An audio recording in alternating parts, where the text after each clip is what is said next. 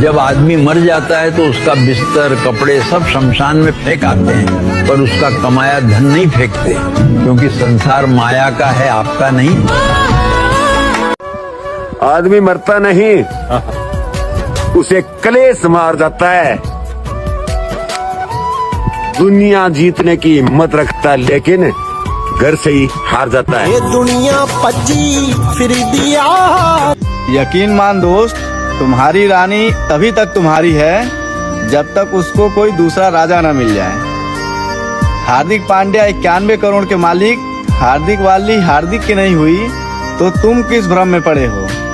बातों को तेरी आएगी। और दहेज में गाड़ी घोड़ा लिए बगैर कोई भूखा नहीं मरता, इसलिए बोल रहा हूँ दहेज लेना और दहेज देना दोनों बंद करा दो, क्योंकि 10 साल बाद फर्नीचर के सामान का रंग उतर जाता है, लेकिन उस बाप के घर से कर्जा नहीं उतरता।